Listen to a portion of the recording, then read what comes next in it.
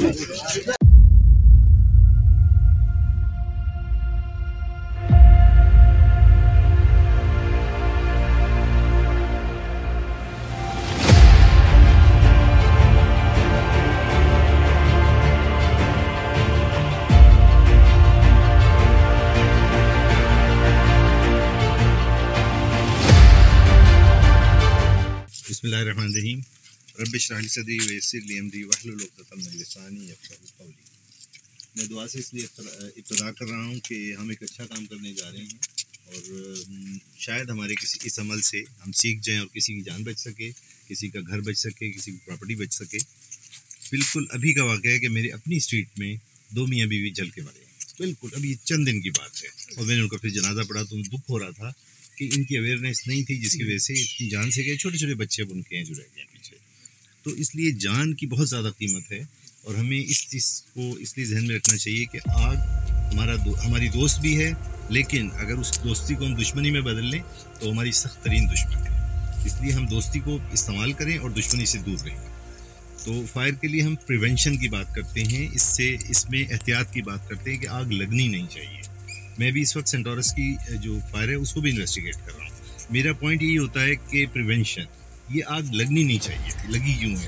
तो उसके बाद फायर ट्रक आ गए हैं, ये हो गया वो गया, वो सारी दूर की बातें हैं।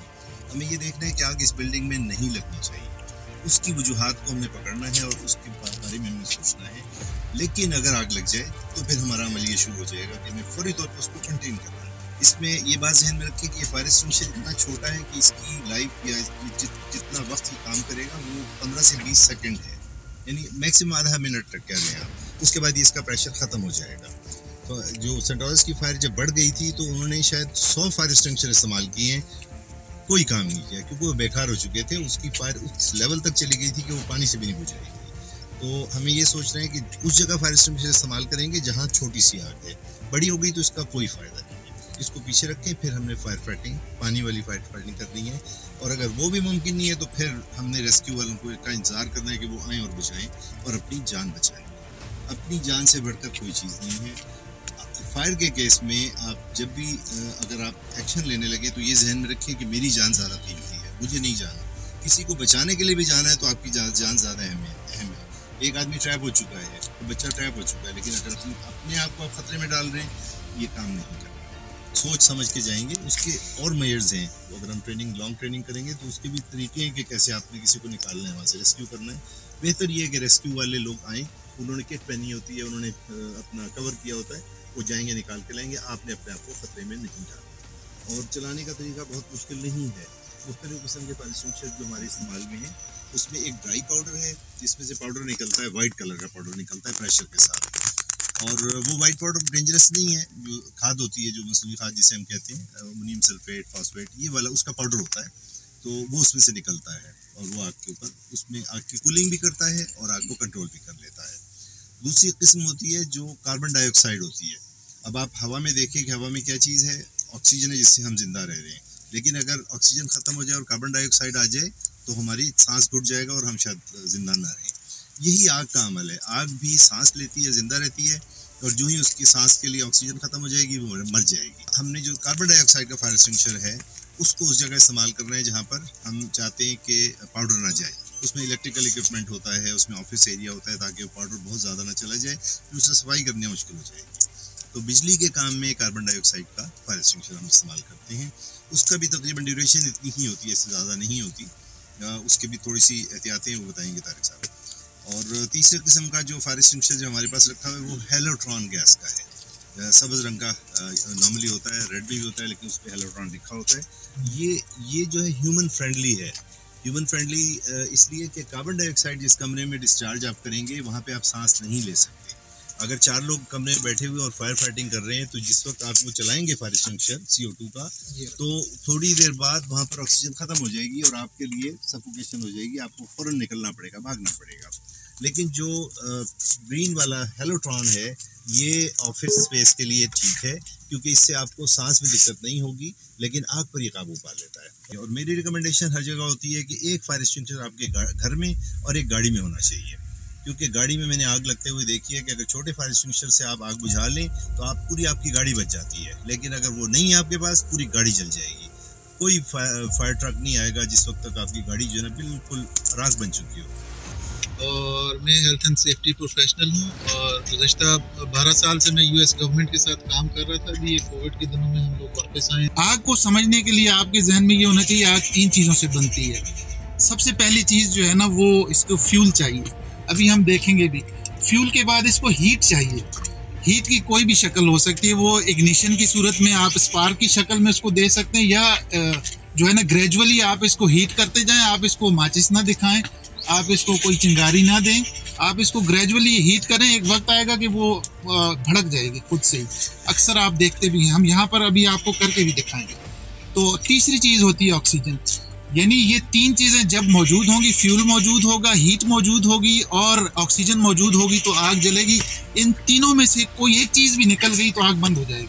तो हमारा जो काम होता है ये फायर एक्सटिंग्विशर्स के साथ या पानी के साथ, तो हम जब ये चीज़ें कर रहे होते हैं तो हमारे जहन में कोई एक चीज़ होती है कि हम जैसे हम ये कार्बन डाइऑक्साइड का जब एक्सटेंशन फायर करते हैं, उसके ऊपर चलाते हैं, तो बेसिकली हम जो है ना वो ऑक्सीजन को रिपेल कर रहे होते हैं और उसको कार्बन डाइऑक्साइड के साथ जो है वो रिप्लेस कर रहे होते हैं। हमारा एक डिवाइस होती है फायर ब्लैंकेट, वो कपड़ा ख़ास किस्म का होता है, उसको आग नहीं लगती है। तो वो किचन में अमूमन हम लोग सजेस्ट करते हैं कि आपके पास होना चाहिए, आपके ऑफिसेज में होना चाहिए जहाँ पर आपके इक्विपमेंट्स वगैरह हैं। और उसका ऑपरेशन बड़ा सिंपल, नीचे 2 उसके वो लगे हुए होते हैं, कपड़े लगे हुए होते हैं, आप उनको पकड़ के खींचना और यूँ खोलते हैं तो वो इतनी बड़ी चादर बन जाती है। उसी तरह आपने उसके ऊपर डाल दिया, आपका लैपटॉप, आपका कंप्यूटर, आपका फ्राइंग पैन, आपकी कोई भी चीज़ जो है वो उससे ढक जाती है। और हम जो है उसको किचन में कपड़े तो होते हैं ना हाथ में जिससे सफाई ताकि होती है, उसको गीला करें वो डाल दे, वो भी काम करेगा। मतलब जितनी देर में उसको आग लगनी होगी उतनी देर में वो आग खत्म है। जिसमें कागज़ है, जिसमें लकड़ी है, जो ऑफिस का है, इक्विपमेंट के अलावा, कंप्यूटर्स और इन चीज़ों के अलावा, तो आप बड़े आराम से जो है ना वो DCP जो आपका फायर एक्सटिंग्विशर है, अच्छा इसमें और इसमें एक फ़र्क है जो देखने से आप जब बार बार देखते हैं, अच्छा चीज़ें हमें याद उस वक्त होती है जब उनको बार बार रिपीट करते हैं। तो ये जिसके आगे एक छोटा सा डायल लगा हुआ होता है ना, ये हमारा DCP है, ड्राई जो है वो केमिकल पाउडर है ये। तो ये जो है ना ये आप इसको, ये हमारे इसको जनरल पर्पस फायर एक्सटिंग्विशर भी कहते हैं कि आप इसको तकरीबन किसी भी आग पर लगा सकते हैं। अच्छा, आपकी इलेक्ट्रिकल जो फायर्स हैं या जो जिनमें आपका इक्विपमेंट इन्वॉल्व है, तो उसमें जो है वो फिर आप ये CO2 का जो है वो इस्तेमाल करते हैं। गेज नहीं होती, इसमें गेज नहीं होती है। अच्छा, ये जो गेज है ये बेसिकली हम ये देखने के लिए वो करते हैं कि यार ये इसमें प्रेशर है या नहीं है। तो जब भी ये ग्रीन पर होती है तो इसका मतलब ये होता है कि ये बहुत अच्छी कंडीशन में है और जब भी आप इसको चाहें तो इस्तेमाल कर सकते हैं। इसके अलावा जो है वो इस पर इसकी जो रीफ़िल की डेट होती है वो, और जब इसने दोबारा रीफ़िल होना होता है वो लिखी हुई होती है।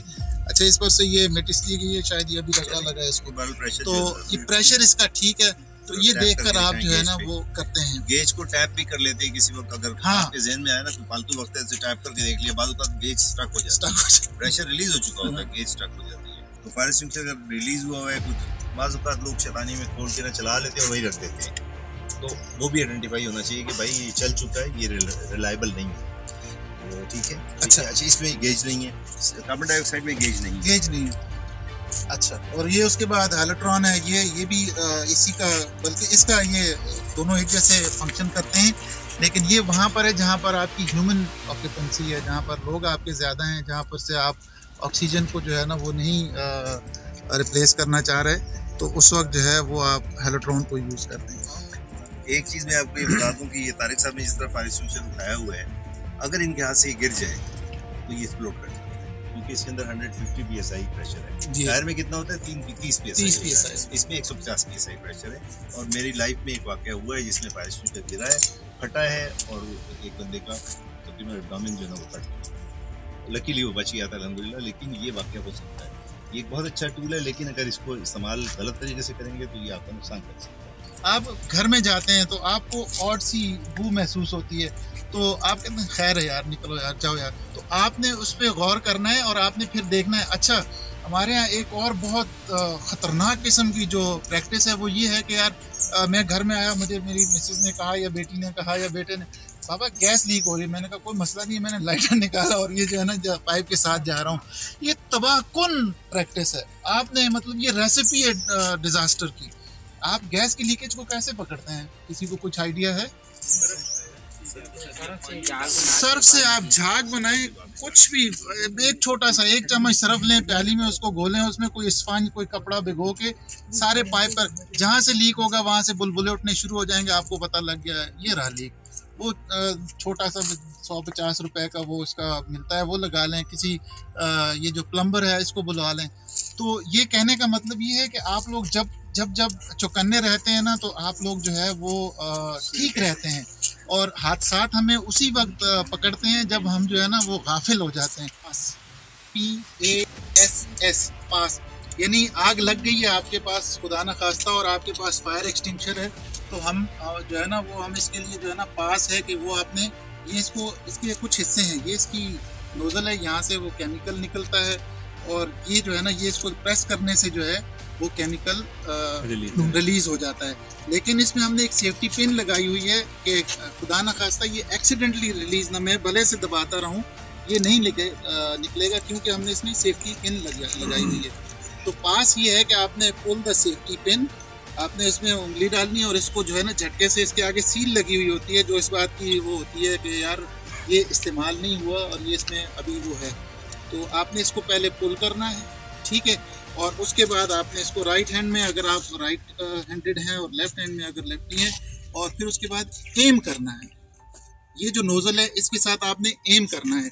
एम कहाँ करना है? अगर ये आग... एक और बात नोजल की बता दूं, नोजल में ज़हन में रखें कि 150 psi प्रेशर जब नोजल में आ गया तो इसको होल्ड आपने करना होगा मजबूती से। अगर आपने मजबूती से होल्ड नहीं किया तो जो ही प्रेशर आएगा, ये हाथ से निकली आपके मुंह में चला जाएगा, सारा जो प्रेशर है और पाउडर है आपके मुंह में, आंखों में चला जाएगा, आप जो है ना वो लायबिलिटी बन जाएंगी, आपको उठा के ले जाना पड़ेगा। आपने जो है ना एम करना है बेस पर, यहाँ पर जहाँ से आग उठ रही है ना वहाँ पे। अगर आप शोले को मारेंगे ना तो आग की सेहत पे कोई खास असर नहीं पड़ेगा। आपने वो बेस पर एम करना है, मजबूती से पकड़ना है। अब हम एम पे आ गए, ठीक है। और उसके बाद आपने पहला एस जो है ना स्क्वीज, आपने इस वाले हैंडल को, आपने दूसरे से तो इसको उठाया हुआ है, इसको आपने स्क्वीज करना है, आप इसको दबाना है और इसको मजबूती से पकड़ के, आपने एम ऑलरेडी किया हुआ है, आप जैसे ही दबाएंगे इसमें से केमिकल निकलेगा, वो बेस पे जाके लगेगा, और जैसे ही लगने लगे तो आपने दूसरे एस पे आ जाना है, आपने स्वीप करना है।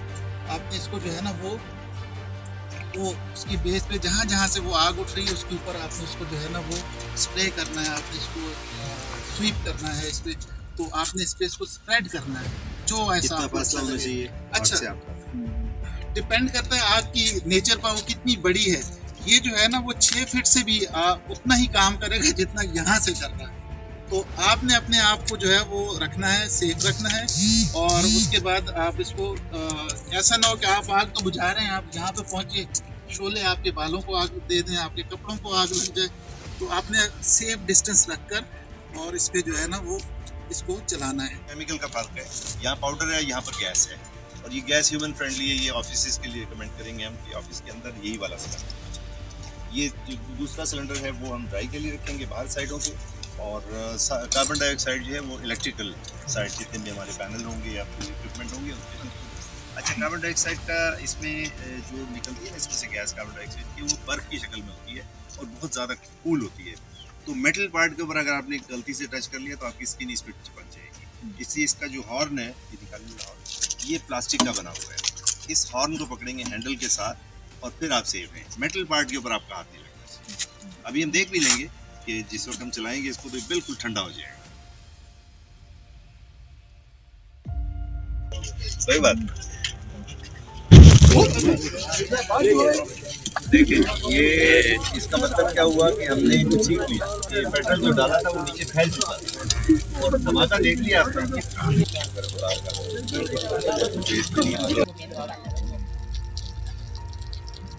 मजबूती से पाइप पकड़े, बेस हो जाए, पीछे हो जाए, 6 फुट 7 फुट 10 फुट भी ठीक है। बस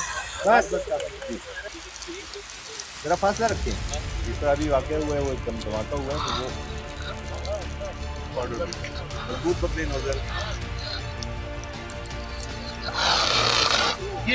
ये तरीका है, तो फायर फाइटर है यार, ये तरीका अच्छा था।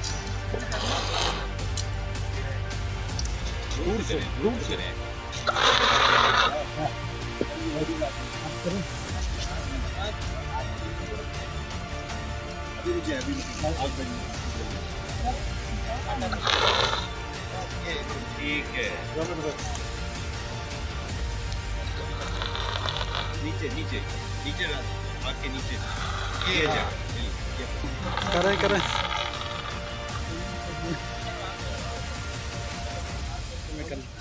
मैन ये जरा गौर करिए, ये देखिए आवाज देखिए ना, प्रेशर कितना और चलाएं।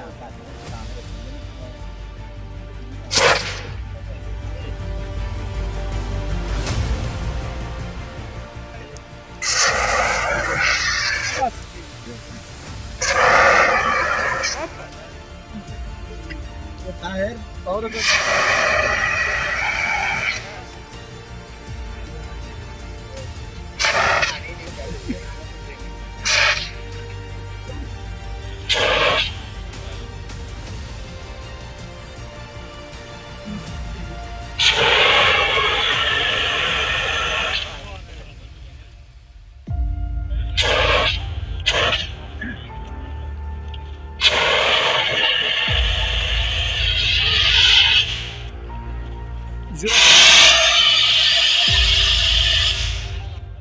कितना ज़रूरी होती है ट्रेनिंग? लेकिन लाइफ टाइम में अगर कोई पूरी लाइफ में आपके एक मौका भी ऐसा आ जाए जिसमें ये ट्रेनिंग काम आ जाए, उसकी वैल्यू है। अगर आपको नहीं मालूम तो आप नुकसान में जाएंगे ना, तो नेट लॉस आपका है।